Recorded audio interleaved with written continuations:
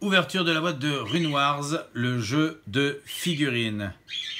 Un jeu de figurines qui prend part dans l'univers de Runebound. Alors ne vous inquiétez pas, hein, c'est juste un background pour ceux qui suivent un petit peu. Pour ceux qui prennent en cours, c'est aussi un one-shot, donc il n'y a pas de souci. On comprend au vu de l'illustration que ça va pas être une partie de plaisir et qu'on est là pour se cartonner un petit peu. On est dans un format grosse boîte, là. On voit sur les côtés de la boîte les illustrations et les rappels de contenant de la boîte. Encore une fois, les illustrations nous prouvent qu'on n'est pas là pour rigoler, qu'on est là pour se foutre dessus. Donc a priori, il va y avoir des figurines, c'est marqué, des cartes. On retrouve le principe qu'on voit chez Edge en ce moment pas mal, des cartes d'armée. Donc c'est un jeu édité par Edge et distribué par Asmodée pour 2 joueurs. C'est donc un jeu asymétrique à partir de 14 ans pour des parties de 90 minutes. Et au niveau du matériel, vous allez voir, il y a 48 figurines, des piédestaux, on a des marqueurs de déplacement, plein de choses comme ça. Mais on va aller voir ça de plus près.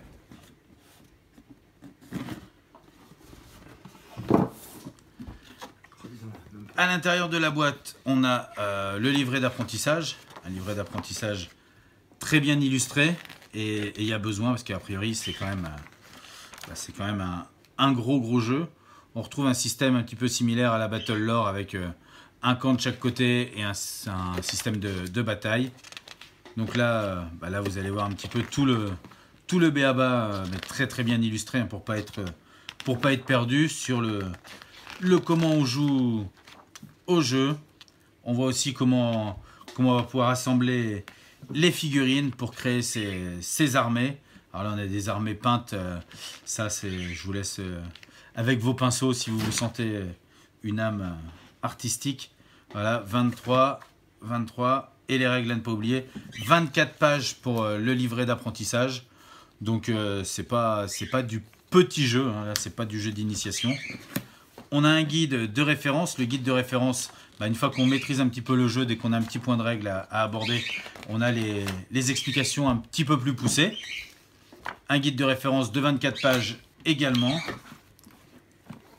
Un guide du monde. Alors là, comme je disais, c'est parce que l'univers prend part dans Runebound et c'est un petit peu une histoire, un background. C'est histoire de se plonger dans l'histoire et puis de ne pas partir, de pas jouer sans connaître. Donc on voit qu'il y a des très belles illustrations. Ça, je vous conseille la lecture du bouquin parce que c'est carrément excellent.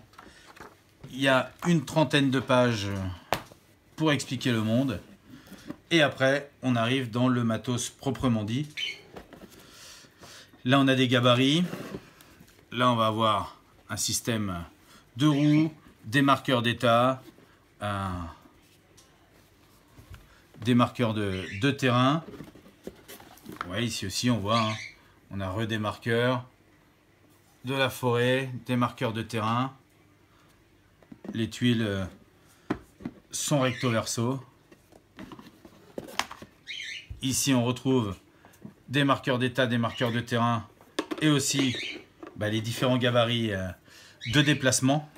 Suivant qu'on se déplace droit, suivant qu'on se déplace, que notre armée va vouloir se déplacer en tournant vers la droite ou vers la gauche.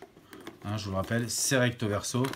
Donc tout est là sur trois planches. Les dés, tout bon jeu de combat se joue avec des dés. Les dés, les cartes d'armée, les cartes de baston. C'est toujours très bien emballé, très bien rangé. On a les socles pour poser ces figurines. Et dedans, il n'y a plus rien. Voilà, les figurines n'y sont pas. Mais non, parce que chez Edge, ils sont intelligents. Et à chaque fois, ils rangent les figurines sur les côtés de la boîte. Donc là, on l'a dit, hein, 49 figurines. Des figurines à monter, des figurines d'armée, de quoi avoir des premières armées pour jouer à deux. Donc on va voir là par exemple Hop. Pour voir le détail de finition d'une figurine.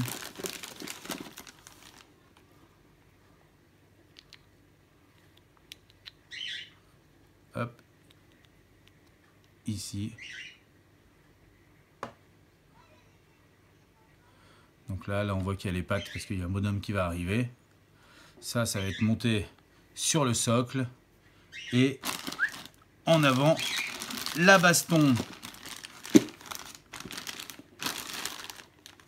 Donc, des méchants contre des gentils. On ne vous dit pas qui est qui, parce que ça, c'est au jeu de chacun.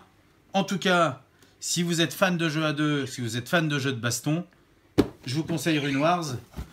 Et pour savoir un petit peu plus comment jouer à Rune Wars, pour ça, il va falloir écouter l'émission.